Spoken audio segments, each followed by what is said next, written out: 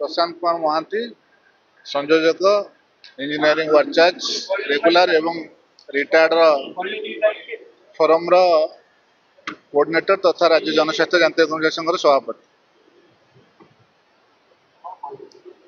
नहीं आज जो आम आपण माध्यम जो सांबादिक सम्मेलन डाकिचु से मुख्य हूँ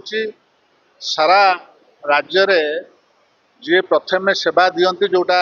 जन्मरु मृत्यु हो जलसेचन सेवा हो आपणकर रास्ताघाट सेवा हो जोटा कि मुख्य सेवा जो माने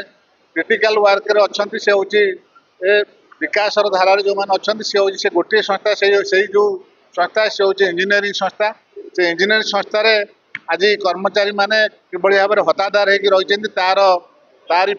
सामाजिक सुरक्षा नथिबारु सही परिप्रेक्षी आम आज पूर्त नगर उन्नयन ग्राम्य जल जोगाण आपणकर वाटर रिसोर्स एवं आमर आरडी ग्राम्य उन्नयन समस्त विभाग जो अच्छा कर्मचारी से दीर्घ 10 वर्ष वार्चाज है रेगुलर 5 वर्ष वार्चाज है रेगुलर हाँ 10 वर्ष पर पेंशन पाइबापी से हकदार तेणु निवृत्त रखा जाइथिबारु आमे सरकार संकल्प संख्या अर्थ विभाग संकल्प संख्या 12/4/93 पूर्व 22,764 15/5/97 जो तारीख से तारीख हिसाब से जो संकल्प पत्र देते अर्थ विभाग से अनुसार आम पेंशन पाइबा हकदार जो थे सरकार आमको नेग्लेक्ट कर सरकार जो कर्मचारी आप विकास धारा सामिल होती बिना इंजीनियरिंग संस्था द्वारा कौन विकास कार्य कर सारा राज्य में तेणु जी करुच्ची से आज उपेक्षित तो सही परिप्रेक्षी में आम आशा कर जो मैंने रिटायर्ड चाकरी कर घर को टंका मात्र नापी सुजोग ना से रेगुलर होगी जाऊँ 6 मास 8 मास पर ना एनपीएस पाइबे ना यूपीएस पाइबे ना कि पाइबे ना यूनिफाइड पेंशन तो आरंभ कर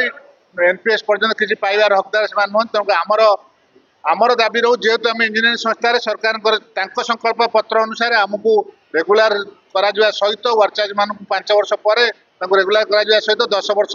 कर संपूर्ण पुराणा पेंशन देवाई आमर हूँ मुख्य दाबी। मु श्री अजित कुमार दास जल संपद विभाग गटबर आचार्य यूनियन जनरल सेक्रेटरी। मोर कहवा कथा है आम दीर्घ 35 रु 40 वर्ष धरी एनएमआर डीएलआर एवं तापर 2009 मसीह वार्चार्ज है आमको जोटा सरकार नियम था 15/5/97 अनुसार आमको रेगुलर करने कथा कले ना 2009 मसीह जिते वार्चार्ज कर आवश्यकता नाला रेगुलर करने कथा से आमको जाशुण वार्चार्ज करागला जो आम आज पेंशन वंचित हो जो मैंने वार्चार्ज रिटायर्ड करगले से पाइले ना जो मैंने बर्तमान वेजेस को रेगुलर को ब्रटअपर करागला से 1/1/2005 न्यू पेंशन स्कीम आड़ सरकार बर्तमान पेंशन देना कारण कौन जे आम तो न्यूली अपॉइंटेड नुह आम 12/4/93 पूर्व जथेष पूर्व माने prior to 12/4/93 most prior to 1/1/2005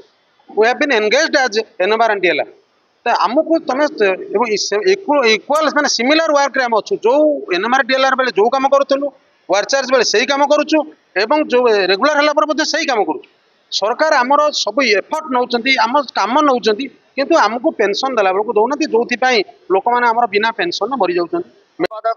Nikhil Odisha जल जोगाण परिमल कर्मचारी संघ एवं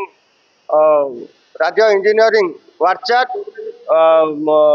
नियमित एवं सेवानिवृत्त कर्मचारी फोरम संयोजक दाबी रही आमर मुख्यतः आमर यहाँ हूँ मौलिक अधिकार मौलिक दाबी सरकार आम छड़े नहीं जोटा हूँ पेंशन जदि जड़े साधारण लोक 60 वर्ष हेल्ले तुम ताकू पेंशन दौच जोटा ओल्ड एज पेंशन दि जाए आप जानते वार्धक्य भत्ता विभिन्न सामाजिक मंगल कार्यक्रम जो ये दौरान समानुपातिक भाव आम 30 वर्ष सरकार अधीन आम चाकरी कलु जनसाधारण आम हेलु सेवाकारी जो मैंने सरकारी प्रतिनिधि अच्छे से सेवक आम हेलु सेवाकारी जनसाधारण आम सेवाकारी होकर आम पाइबुनि पेंशन सेवक पाइबे साधारण जनता पाइबे कि सेवाकारी पाइबे यहाँ कौ न्याय तेणु यही न्याय को आम हासिल करने आज आमर दाबी जे आमर सर्वनिम्न पेंशन जो आमर जो पेंशन अवसरकालीन पेंशन आमर आगामी जीवन पाई आमको दवापाई से ये आमर दाबी 1982 मसीह सुप्रीमकोर्ट ए बाबद गोटे स्पष्ट अर्डर देते से लिखी पेंशन बातिल करिवार अधिकार कौन सरकार नहीं डेट कहूँ 7 कहीदे